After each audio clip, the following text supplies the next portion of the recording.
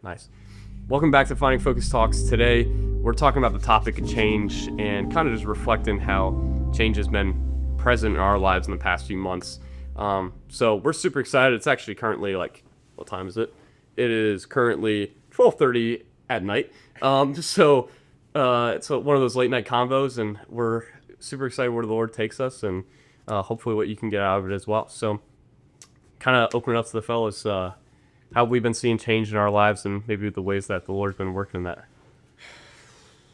Well, Nick, I'm actually interested to hear your thoughts. You've had a pretty big change, man. You made a big change a week before school started, so Yeah. talk to me about that. Yeah. Well, yeah, for anyone that doesn't know, my plan was to go to Ohio State, kind of pursue engineering, and months back I got asked if I'd go into full-time vocational ministry, and I said no. But the Lord continued to work in my heart, and literally the day that payments were due for Ohio State, I withdrew and decided to go into full-time vocational ministry. So now I'm going to Bible school, and it's definitely really interesting, but it's been so joyful. I will say it's been extremely hard, but there's no doubt in my mind that I like to say it this way of the Lord has set this joy before me that I just get to follow. So yes, it's hard. Yes, it's presents its own challenges. Yes, I didn't expect to be here, but I take extreme comfort and happiness and find pure joy in the fact that I'm pursuing the Lord's will, which I know is probably weird for you because we were kind of banking on going to Ohio State together. We were banking all right. And then the week before Ohio State, I come to you and say, hey, I'm not going anymore. So how has it been for you? Yeah, no, I can get there in a second. I just word on the street is that you're part of the Grace College basketball team. Is that correct? And football team for Grace College. And I hear powerlifting also for Grace College. Crazy, man. The school size of Grace College Akron is not the biggest, so yeah, I It's can like 18 people in his class. yeah. We can cover all bases. D1 recruit. So I believe you guys have Bama week 1. Well, next year, right? Hey, I'm taking GCU all the way. That's hilarious. But yeah, we don't got A Sports. But you know what we do have? We have Dr. College, and if you have not watched that episode, you would realize. If you have watched that episode, you'd realize he's the man and makes it all worth it. So, Bang. but yeah. Yeah, no, I can talk about sort of my experience. Yeah, guys, I'm not gonna lie, going to college is a big change. It will be, and then it hits you. And it was hard at first. I missed you, and I missed you. Also, I missed all of our friends. I missed that life we had. But you know what? It was time to move on. Lord was calling me to something else, and I'm so glad that I listened to that call because I've met some of the most incredible people at college, and it took some time. It took some laughs and deep conversations, but man, I got involved. Bible study with this guy. He told me that he was going to Bible study. I was like, hey, can I join? He said, I'm going to check with Luke Carlo. And you know what? Luke Carlo said, welcome. And I have been welcome since day one. And that's been really good. That dude is one of the most incredible leaders I've ever met. Our Bible study is just elevated 18 leagues above what I've ever experienced. And then Someone would say 19. Someone would say 19. Not 19, but 18. I would say 18. Precisely 18. No, yes, 18 leagues. And then another thing that I found a lot of comfort in, and this is so cool, but it's called The Arena. It's this Catholic men's group. Well, not predominantly Catholic, but it's this men's group at OSU. And man, it is one of the most rowdy places I've ever been. They take there's over 200 of us. All these guys, varying races, height, weight. Some dudes are bald, but it doesn't matter. We all get together, worship the Lord. We break into small groups. There's over 20 small groups. And man, it's insane. I remember going to my first meeting, and it's crazy to see the switch up of people going crazy. There's a mosh pit. I thought a window was going to get broken. To then, we get super locked in on these faith conversations, and it's some of the coolest things I've ever seen. So that's been really, really cool. And yeah, I feel like the Lord has just been walking side by side with me during this change. And that is the important thing to know, is I know no matter what change I go through, the Lord is always going to be taking the same stride I am. So I'm going to turn it over to the other Buckeye in the room. Jacob Blade. Sorry. Oh yeah, throwing shade is crazy. That's all right. I forgive me. Go Flashes. Go Flashes. Yeah. I would say a lot of my story correlates with Noah's, except I would personally say it would be probably 17 leagues better because of the Bible study. I don't think I've got to that 18 mark yet. You'll get there. I sure hope so, Wait. and I trust. But sorry, this is so unserious. I need to put down this rubber band. Play with the rubber band while it's on. Anyways, let's see. Yeah, so I think college started off definitely intimidating and stuff like that.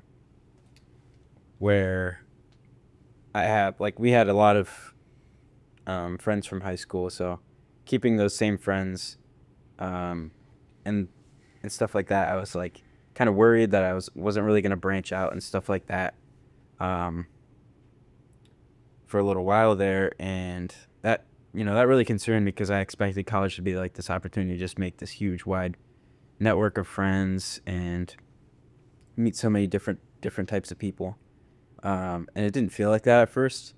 But then eventually Luke, our other friend, and I talked to Luke Harlow, who's our Bible study leader now, after a mass at the Newman Center. And, he got our phone numbers, got in contact with us, invited us to Bible study. And I think he might have invited us to play basketball with him at the rec before we even had a Bible study together. So that's how you knew he was a good guy. And from there, it kind of just took off because once I had my hand in that, I was like, wow, this is really awesome. I just want more of it all the time. And so I've been spending a ton of time at the Newman Center. The Catholic community at Ohio State is incredible. The Christian community at Ohio State is incredible. And I feel like you can't really turn a corner without, seeing somebody wearing like a Jesus is King sweatshirt, or somebody happy to talk about their faith and all that stuff, which is so cool. But in my circle specifically, I find myself at the Newman Center pretty much every single day now, whether that's for prayer or for community or for Bible study or the discipleship program we work through. And so much stuff in my life has become understandable, but not in the same way. It's kind of a confusing direction to go, but Yeah. I think we've talked about it before. I'm not sure on the podcast, but definitely in our own time, about how the more you understand God, the more you realize you don't understand.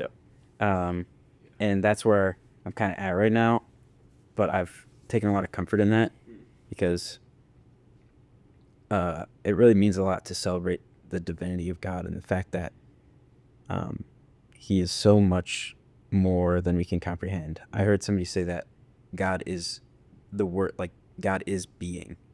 And obviously I can't wrap my head around it, but I like it. Yeah. And I think that's really cool. So I've just kind of been embracing the fact that God is so much greater than I am, and so much more vast and incomprehensible that why would I not submit to his will? Yeah. And as a guy who I would generally consider myself to be kind of controlling and kind of like, I would want to do things my own way because, to be honest, it usually works out. Yeah. Like, good grades and good friends have kind of felt like they've been on me for most of my life, but now being really comfortable with surrendering my will up to the Lord and being like,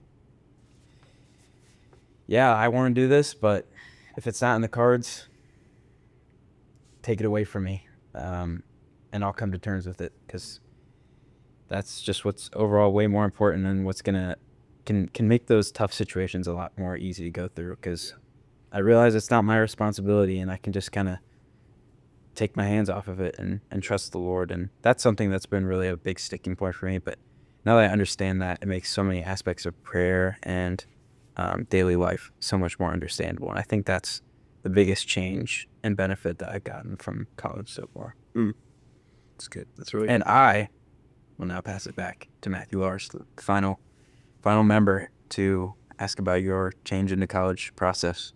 Yeah, I thank you. Yeah, it's been different. I mean, it's been a big change for sure. There's a lot of things that I'd gotten so comfortable in. Having same core of friends and meeting a lot of new friends throughout since kindergarten and then throughout high school, and just things that I found my I caught myself finding worth or value in just so easily in earthly things. Or a lot has changed going to college where not a ton of people I was like super close with. I was lucky enough to grow and meet a lot of people in high school, but it hasn't been like some of my closest friends or people I haven't talked to typically that go to that Kent State. But it's made me also be more appreciative. And I've learned how nice it is just on breaks and stuff to be able to see those people that have gone out elsewhere.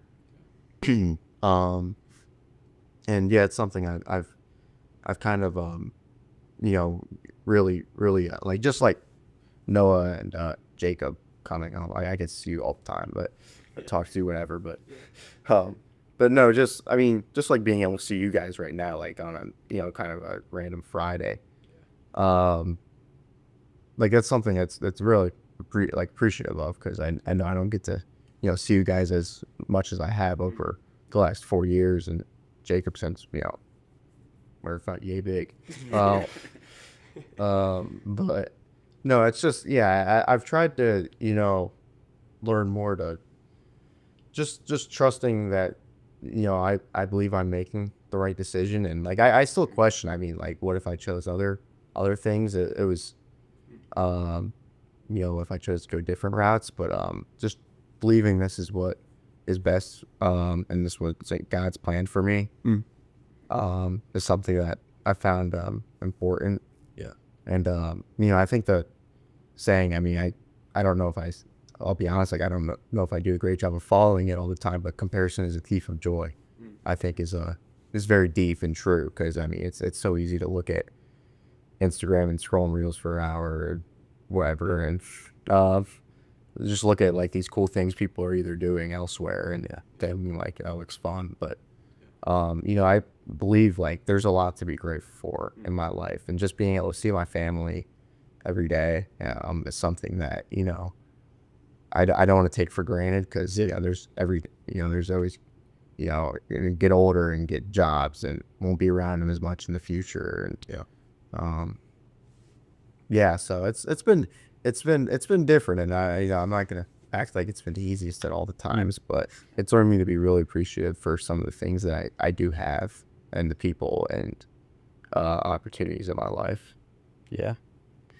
I think it's cool. I just want to point out that last time, I don't know if it was the last time that both of you guys were on, but I know the first time that you both, sorry, I don't know what, I know the first time both of you guys were on, if you guys remember, the topic of that episode was Thanksgiving, and having a heart of gratitude, and you talked about that was a podcast that really changed your life. It did. Of like the way that we talked about gratitude, and it's funny because I feel very similar to Matt, of like it's been really hard to get grasp this changed, and there's times where you question it, and times where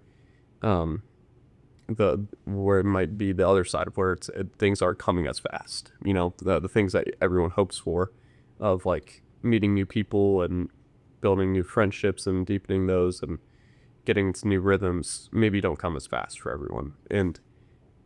But I love that, Matt, you have the heart of gratitude still, of that, finding that's how you're in those situations, the Lord has you in those situations because there's joy in them.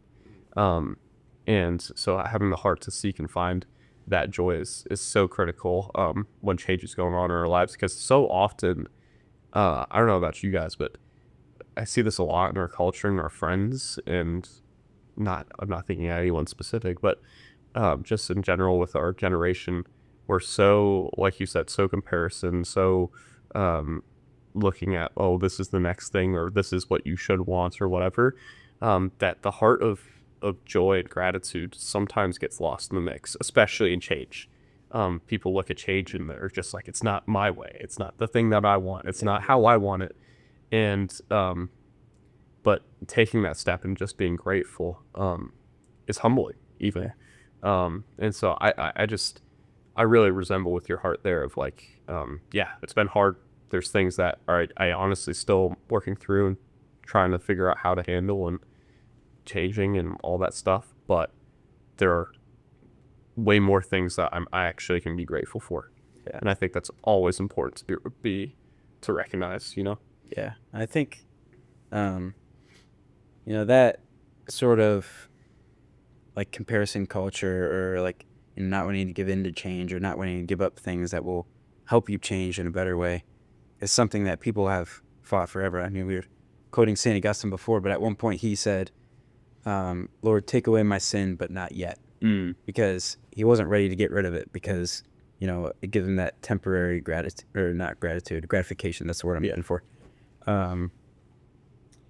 And I think looking at the big picture and stuff like that is really, really huge. And like these moments where we talk and reflect on how our life has changed in the past couple of months, or however long it's been,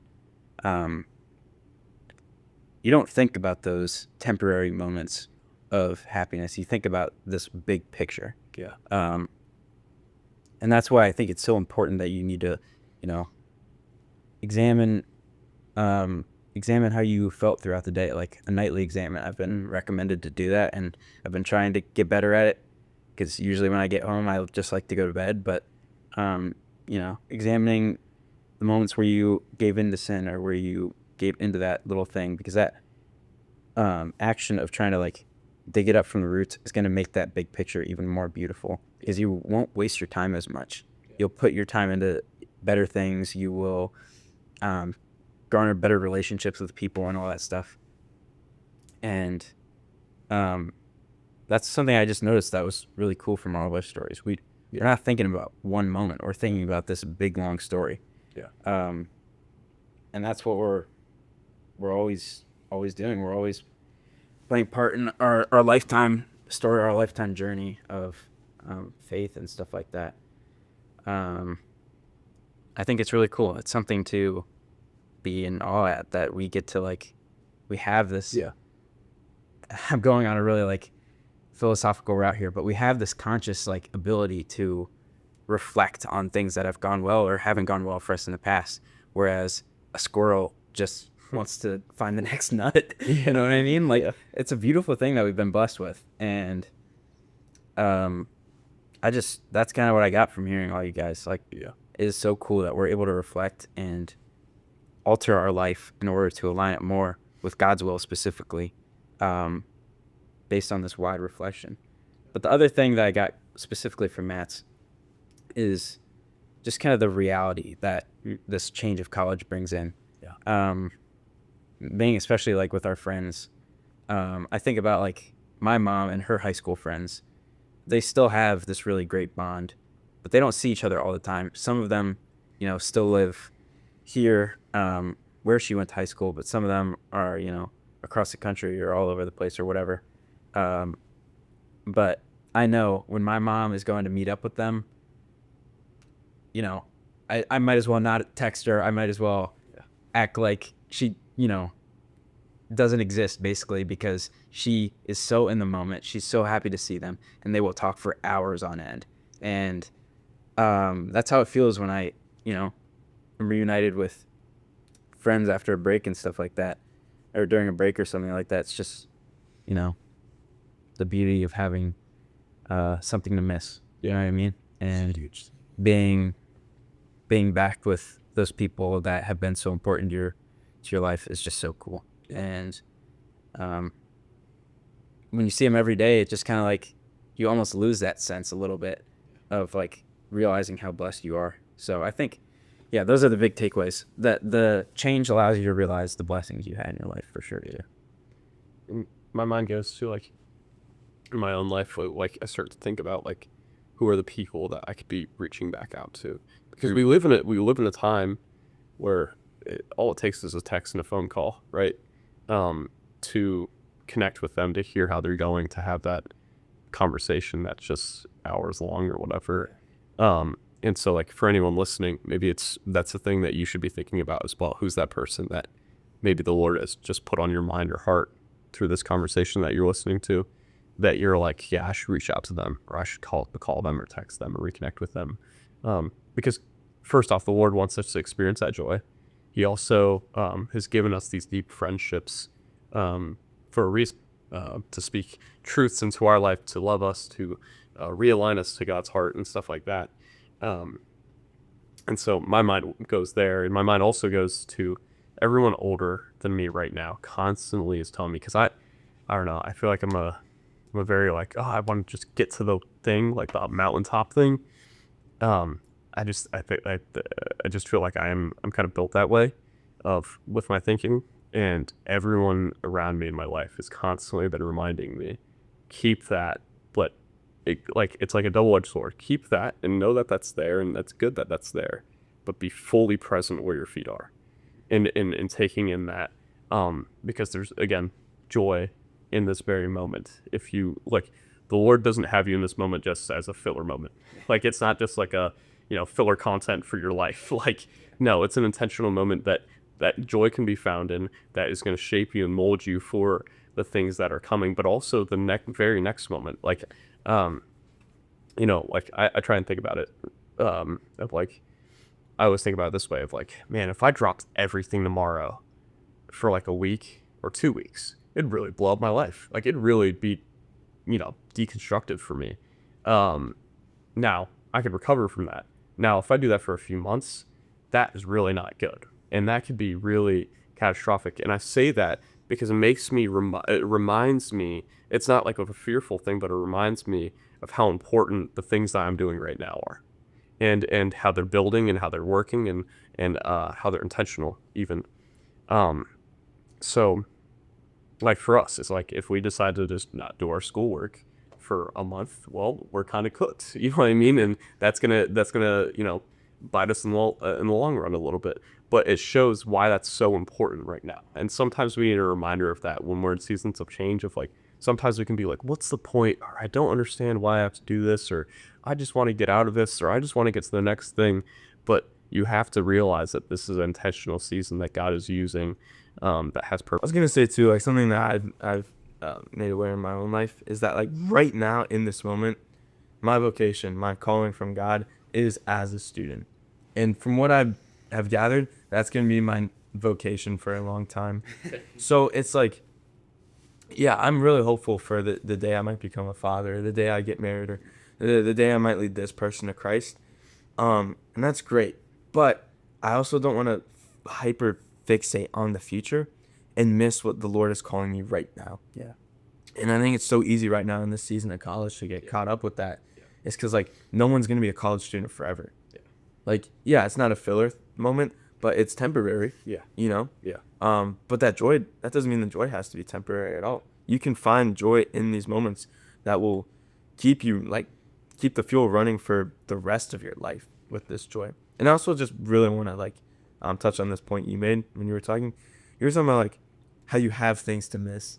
Yeah. And I don't know, I heard that, I'm like, man, he's right. Yeah. Like Nick will hear about this a lot, but sometimes I'll go back to school and I'll just be sulking and like, upset because I'm like, oh, I gotta go back to school and I gotta go to my 8 a.m. lecture and stuff like that. And I miss my family, I miss my friends, I miss my bed. And it's like, man, I have probably all the right things to miss. Yeah. I have people, I have place, I have everything to miss.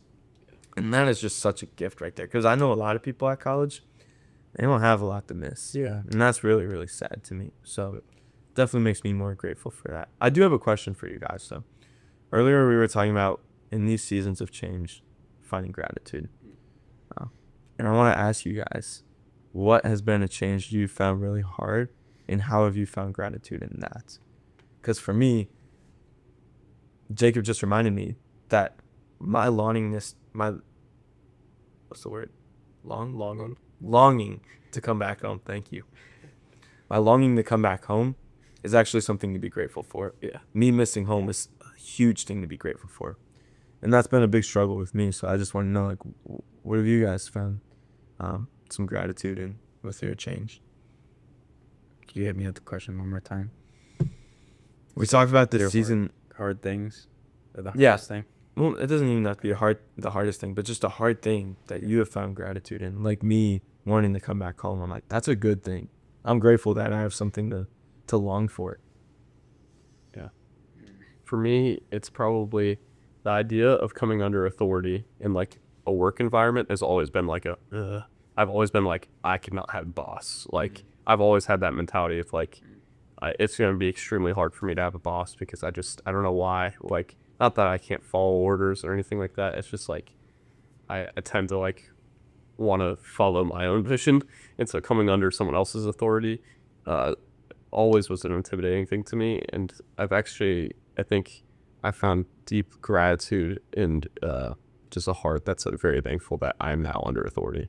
Of like the fact that there's other people I can lean on, the other people that I'm in the fight with, and that actually, like, if I had to be the person right now, it'd be really hard. And like, it actually frees me up to do the things that God is calling me to do in this season, that I wouldn't be able to if I was the quote unquote sense of authority. So in my job context, that was a hard thing for me for a while, of like, I want to be like, everyone wants to get to that like higher position or whatever role. And for me, it was like, I just wish I could do that now. But I've really recently have found great joy in the fact of like, I'm not that person, which frees me up to do all these other things that God can only do in this season, which has given me great joy of like, for example, like, if I was the guy doing the big thing right now, being up at 1 a.m. in the morning, talking with the fellas, doing a podcast, that's probably going to be extremely hard for me to do. But I'm able to do that right now because I'm under someone else's authority and able to contribute in ways, but not everything is riding on what Nick Wierzbicki's doing. And that is a very freeing reality for me that has been really unique to this season. I think that's actually a really good analogy too for like aligning your will to the Lord's. Yeah. Because dude, if you had gotten what you wanted, I don't know how well it would have worked out. Exactly. And I know there was a big part of you that like, you want to be your own boss. I remember you used to talk about that in high school. Yeah. If you got that, like, bro, I might never see you again. Yeah. Yeah. Finding focus talks might be shut down. So it's like that's a good comparison too with like, there are a lot of things we want in life. Like, Lord, I want to be with this person, or I want this job, or I want to do this mission trip. And God can be like, yeah, I'm sorry, buddy. That's just not in the books. Yeah. Like, you can do whatever you want, but I'm just letting you know, I've got this thing here for you. It might not seem like it, but it's so much better for you in the long run. Yeah. It's really good. Yeah, I think there's a couple of things that stand out to me. That was my knee. That was your knee? That was my knee. It sounded like an explosion. It sounded like a popcorn to turn on. Or like a video picture. That's hilarious. Yeah. Sorry. Keep going. So I think one thing that I think was really hard to come to terms with, I feel like this is relatable and I don't know, kind of hard to talk about. One of those things that you don't really want to come to terms with is the fact that like by going out to college, like the amount of time that I've spent with my family in the last 18 years is way more than the amount of time that I'm going to spend with my family for the rest of my life, probably. Yeah. Unless, I end up living in my mom's basement or something like that in a couple of years. If Never know. everything goes off the rails, whatever. I trust the Lord, yeah. Amen. But jokes aside, that's hard to come to terms with because that is a huge change, the hugest change, I would say. Yeah. But we talk about it a lot in our Bible study. We talk about the Paul and Timothy relationship, where, they are so close and they love each other so much that being apart is so hard, but they know that, like, the word needs to be spread. They each have their individual missions. They have to be out in the nations. Yeah. I've got a mission, and if I sit at home and, sit in my room and watch reels and eat my mom's dinner, and, I'm a happy little guy, but, like, the tough reality is, that's not sustainable. That's not stepping into what God's calling me to do. Yeah. That's not going out into his world and saying, I'm here. Yeah. What can I do for you, God? Like, how do you want me to serve you for the rest of my life? It's something that we're all kind of trying to figure out right now. Yeah. And I would say that's my other challenge. I feel like I have my head pretty straight on for like what I wanted to do with my life. And slowly, since college, I've just been turning less and less towards that motivation and really just trying to find answers, which has and hasn't been hard. What's been hard about it is sticking out through my classes. Yeah. When I'm like, well, I might not even end up doing this. Like, these classes might mean nothing. Yeah. Well, I'll tell you what hasn't meant nothing is the friendships I've made, the growth I've made in my relationship with God. So what if I had to stick out Chem 1220? Because I am such a, like, I can say with so much confidence and be very, proud of myself that I'm just a different man since going to college. Like, I've learned so much through my experience, and God has touched me in new ways. And the hard part is being in the moment, like you talked about. Yeah. But the matter of the fact is, I trust God now more than I ever have, and I'm ready and I'm willing. But it's like, yeah, I would love it if he just took me out of this situation right now and put me right where I needed to be. But I've got to just live in the present. I've got to get to that next step and be faithful in that step. Yeah. Which is really hard, but it's the good fight, I guess. Yeah. It is. Absolutely. Mr. Large. Yeah, I'll throw in my 2 cents. Maybe 3 if you got them.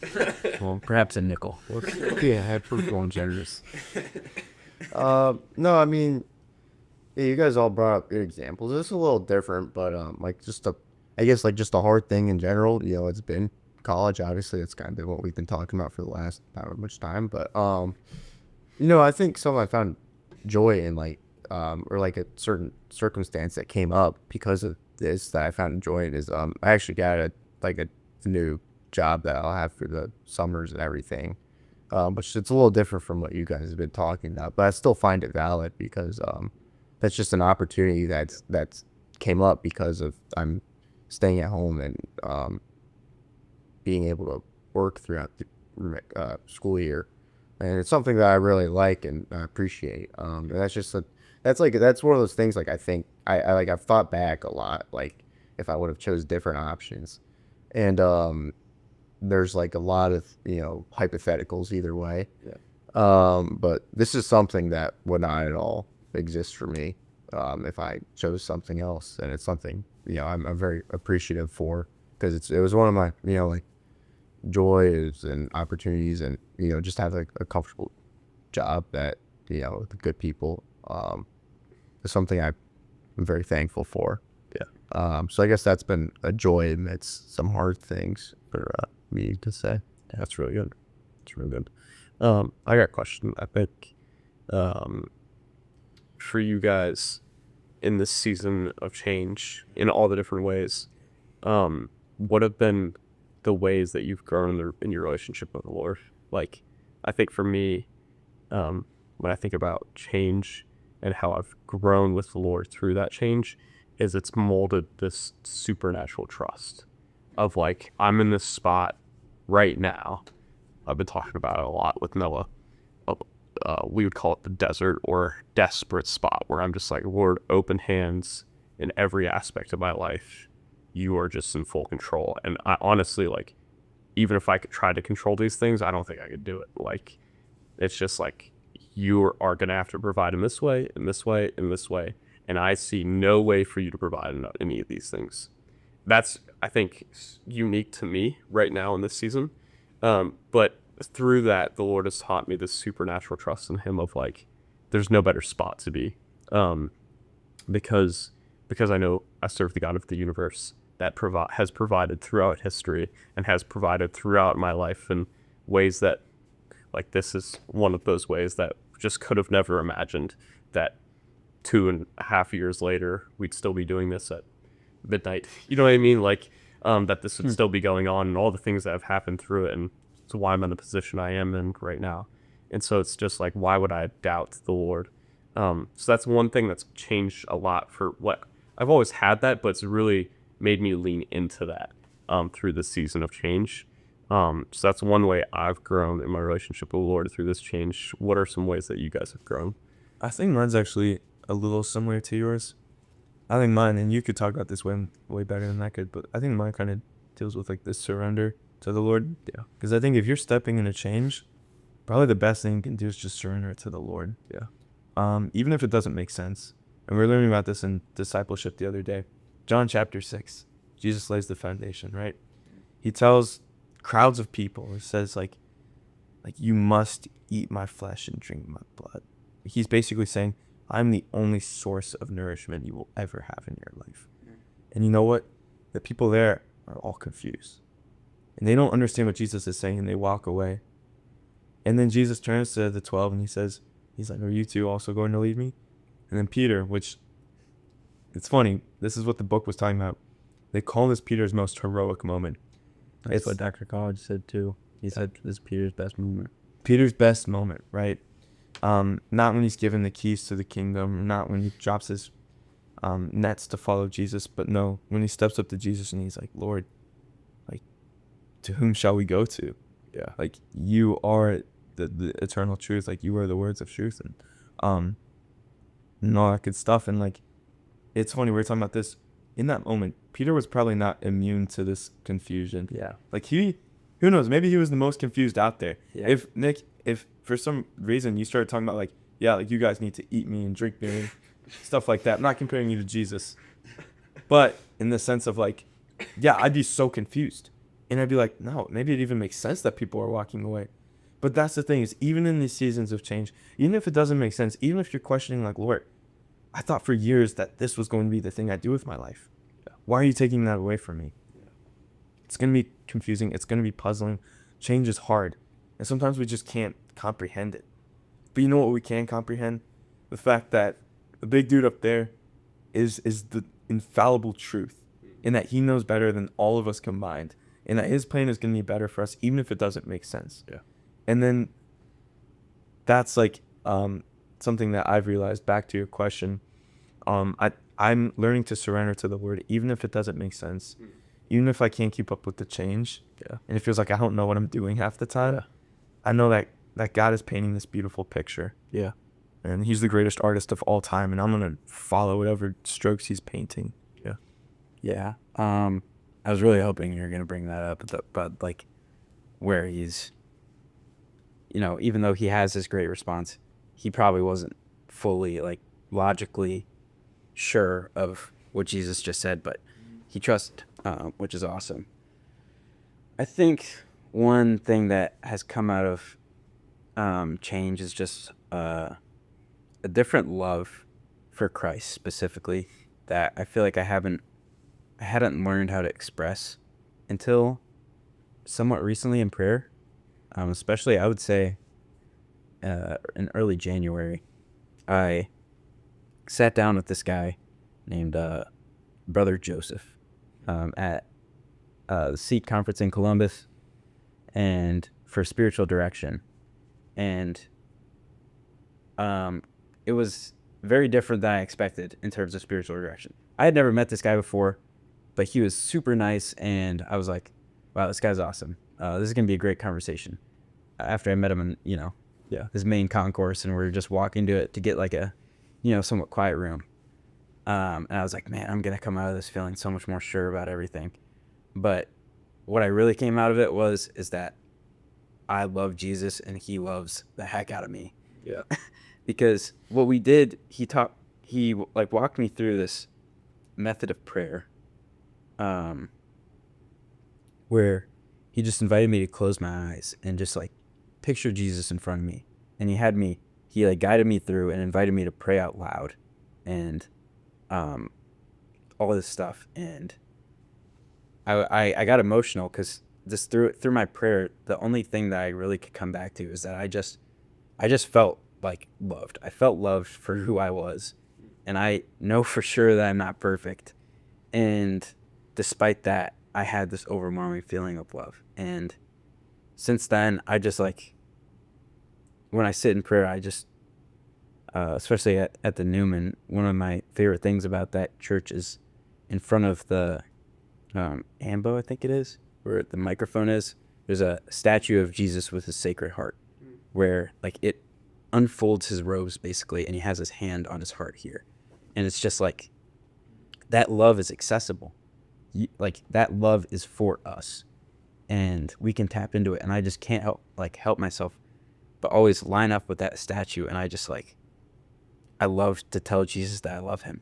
And that's something that I don't think I ever really did, like straight up, like just saying that, not going in like a roundabout way, but just that being the only fact that I need to really say sometimes is that I do love you, Jesus. And I like can say that with more certainty than I've ever had in my life. And that has just come through, it's come through that change in the realization that, the always renewing realization that we're part of something so much bigger. Yeah. And taking comfort in just being a small little pawn is like uncomfortable, but cool. Like if I'm a pawn, but I'm getting played by God, I'll take it. Yeah. That's true. Like, that's the best thing I could be. If I'm being played by God, if I'm being used by God for his overall purpose, which would be, winning the chess game. Check E4. Checkmating Satan. Anyways, but I'm just goofy. But yeah, I think that's kind of my long-winded explanation. That's really good. Matt, you got anything? Yeah, just how we've grown, right? In those things. Yeah, maybe. Yeah. Just some more, yeah. Yeah, no, I just think I honestly like just kind of whatever. I've just kind of like understood, like, obviously the topic has changed, and in a season of so much change, there's one thing that hasn't, cherished a lot. And that's God. He's been the most consistent for us. Well, that's such a great point. That's a great point. I get to think about it. I go last. Get to think of something good to say. No, but yeah, I just think like it's just kind of helped me, in a sense, just maybe like unfazed, sort of, just because I know he's the most consistent thing that we're gonna get, and that's gonna be like that the entire way. Yeah. And throughout the entire journey of life, as we get degrees, jobs, or move on, and Yeah, that's such a good point. It's like when the SGA said in that one interview, "My whole life is consistent." You're so consistent like the tide. Night in, night. oh, my whole life is consistent. Stay put Father. Stays with us. This becomes a start out loud. I'm like SGA. Now it's time to all. That third shit, and that he's a great guy. If he ever wants to come on the pod, Yeah, please. SGA hit us up. You can take my spot. It's not that important. Yeah, but that is really such a great. yeah, insane. Yeah.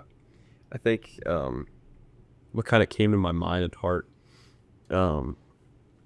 maybe for anyone listening, and I think I needed to hear this as well, that if you're running from change, you're running from the opportunity that God has set before you. There's seasons in life, don't get me wrong, there's seasons in life that God is calling us to be consistent in something. There's seasons and patterns in life that we are supposed to show up in the same ways, but also there's a way we are constantly getting molded by God which means we should constantly be getting changed by God. Not that might not look radical. That might look in little ways, in small ways, whatever. But if you're never asking yourself, how am I changing? How am I growing in the Lord? Then you're missing the opportunity that the Lord has set before you. Yeah. And that's what I'm hearing from us of like, this was a dedicated time where everyone knew it was like, this change is going to happen. And so we've been able to lean into that, but it's something that I don't want us to lose as we like continue to go on in life of like, one day it's going to be, we're 10 years into our career, or not 10. Did I say 10 days? 10 years. So it's 10 years. Okay. Sorry. It's getting late. But I was okay. But one day we'll be 10 years into our career, and it's like we've been doing the same thing, or, you know, in the same role or whatever for 10 years, and it's like maybe we don't feel like we're changing that much, or we're not pushing ourselves, or we've gotten into the rhythm and we're comfortable. Well, we should always be growing. We should always be pushing ourselves to grow more in Christ. Because look at Christ, even he did it. You know what I mean? Yes, he was consistent as a carpenter for a very, very, very long time. To say that. Yeah. But there was a certain point where he's like, all right, time to go to the ministry. And throughout the ministry, there was times of healing. There was times of pouring into the disciples. There was times of meeting people with dinner. And then there's times of sacrifice, which was ultimately paid on the cross. And there's times to conquer death and come back and, now why we're here.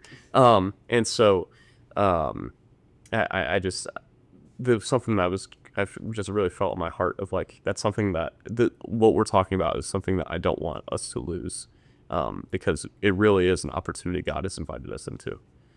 But yeah, I don't know if anyone else has it. No, I just thought too of like Jesus's life changed too. It changed, pretty drastically when he started his ministry. Basically gave up his career, to give us the chance to enter in intimacy with his Father. Like, how crazy is that? Yeah.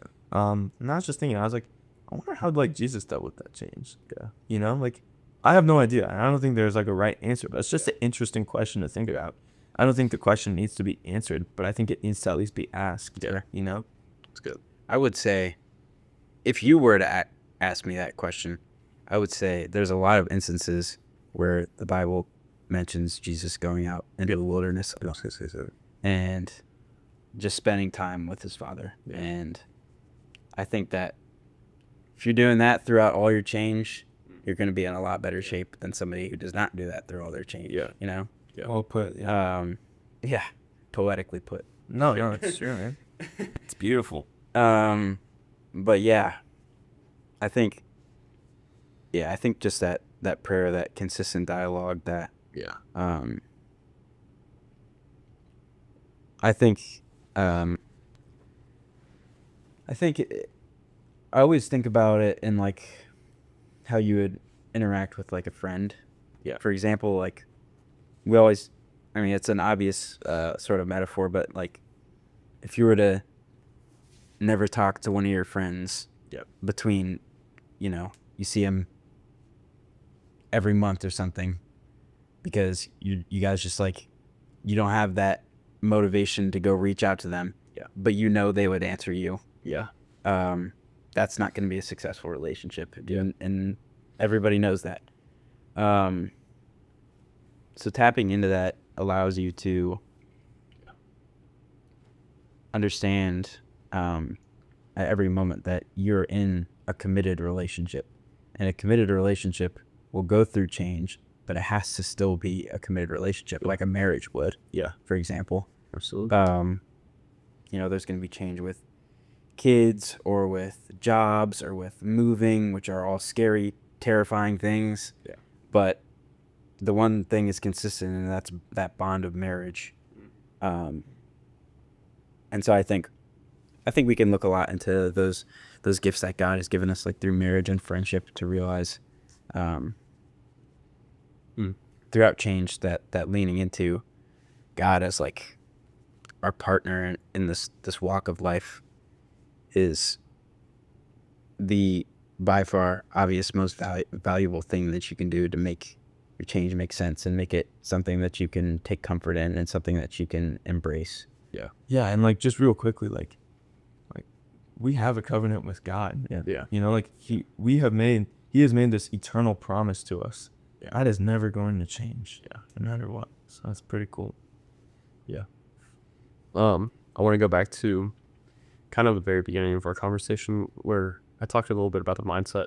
I was just thinking back to like the beginning of senior year of where we were all down in the dumps. And Rough days. and we went on a hike, and I think it was like we finally just were like complaining about everything together. And then I'm done. yeah, it was like trauma dumping. And eventually we just got to the point where we're like, this mindset has to change. Like if we're expecting anything to change in this environment, the way that we're thinking about this and approaching this, it has to change.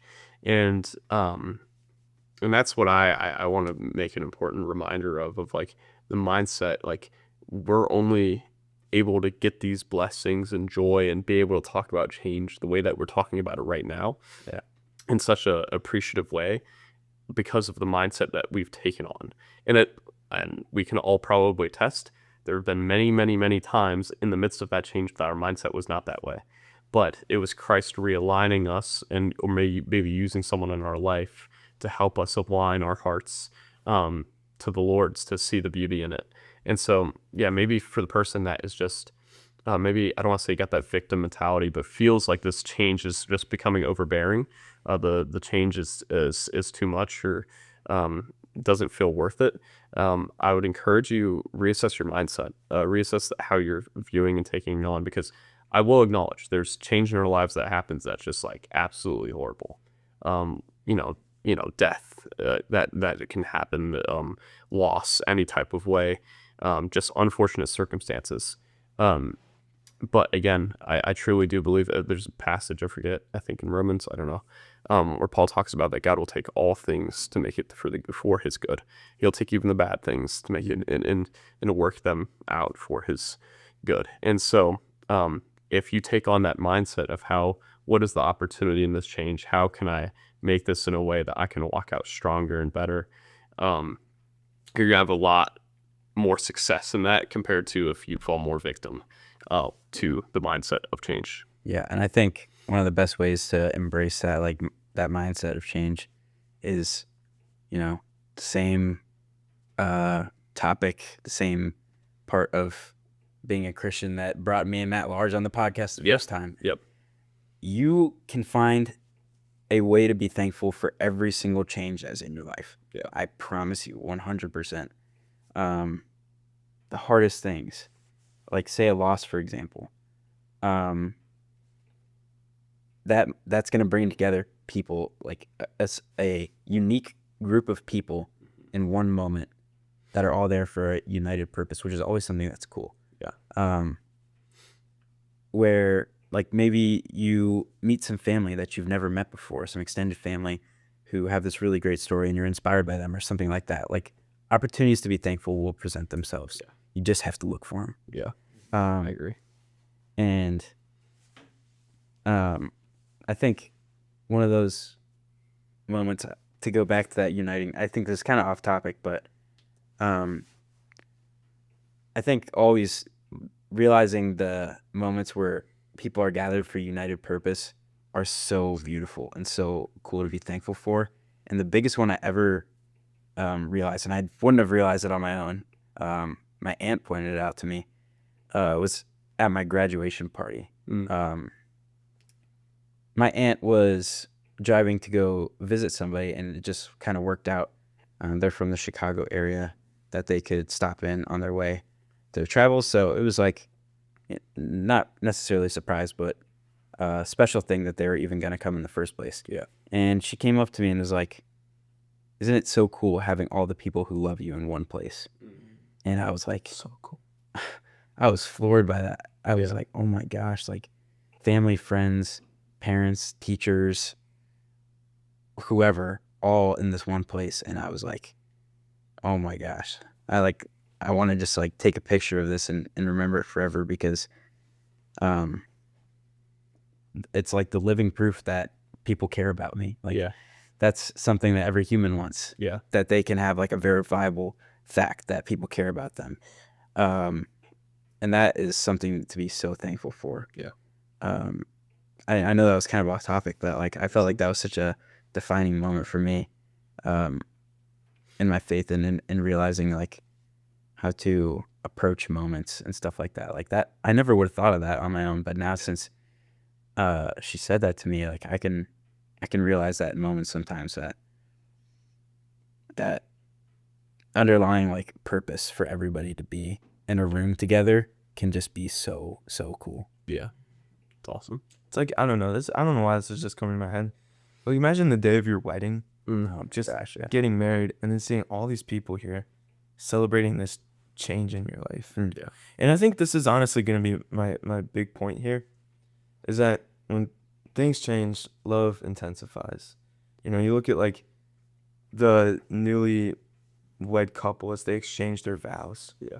You look at the young couple as they exit the hospital, holding their newborn son or daughter in their arms. Like, these are big changes. And you know what?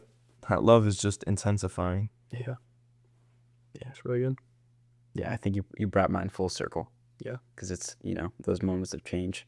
Because I didn't even really think about that either. Like, graduation party is literally celebrating the fact that life is you know, Yeah. you're turning a corner in that moment and stuff like that. And, you know, there's pressure. Because I remember, like, talking to my mom, like, okay, let's go through all the questions I'm going to get asked 100 times today. Yeah. What are you studying? Where are you going? Oh, I hear they have a good football team. You going to go to any games? Where you living? Who's your roommate going to be? All that stuff. Like, those are the classic questions. I thought that was so funny, but that's kind of unrelated. But it's just the point of change. I love how we keep coming back to this. This is one of my favorite topics.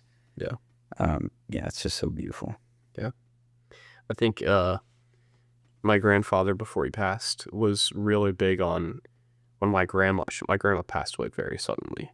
And it was a moment that kind of rocked the family, and he was not expecting. He would always say that I was expecting to go first before her, you know, like he was not expecting to have that reality of like not having her. And our family just rallied around him, and he would say that we kept him alive, to the point where, again, in that moment that my uncle was able to really live with him, and then through that lead him to Christ at 81 years old, right? And so, like that, what you're saying, change, you know, can make love intensify. Like, I think that's always going to be a clear example in my life that I can look at that situation as such a situation that's just, you know, to be honest, horrible. That was just like traumatic and hard for our family, that God used in such a way that we could have never imagined.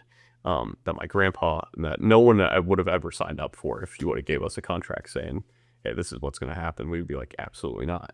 But then the way that God used that in beautiful ways that none of us would now go back and change.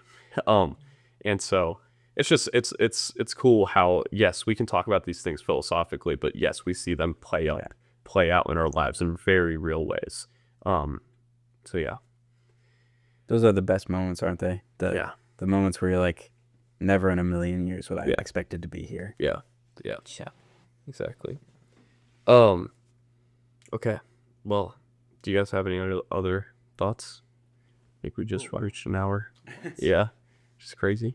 Yeah. Unbelievable. Matt, you got any final closing thoughts? Nothing crazy. I'm just, you know, grateful for the opportunity to be on it. Once coming with you guys. I'm glad. Rather sudden. I wasn't, you know, totally new about this until not too long ago. But I'm grateful for it nonetheless, and it's always a great being in good company with some good folk. Yeah.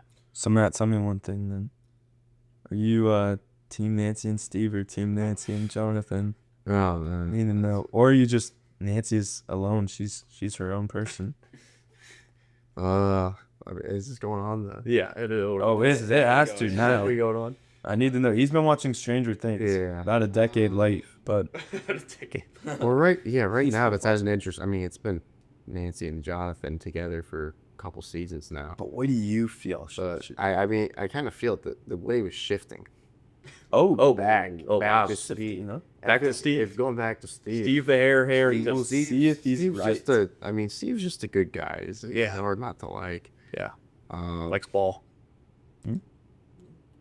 Yeah. He's putting his life on the line right where I'm at right now. So I'll go Steve. Matt, you see that clock? Where? Don't edit the clock in and Matt getting back on. I'm gonna AI generate some movies. Oh, Next time we're all together, we'll do another late night podcast, and we'll hear about Matthew's further progression. might just go through Just rant. 10-minute rant on Stranger Things. This is gonna turn the last 10 minutes is Matt is going into season 4, episode 7. His thoughts of Stranger Things. I heard to watch it. Oh my gosh, that's so good. All right. Well, with that, reach out to us, DM us, whatever you want. Yeah.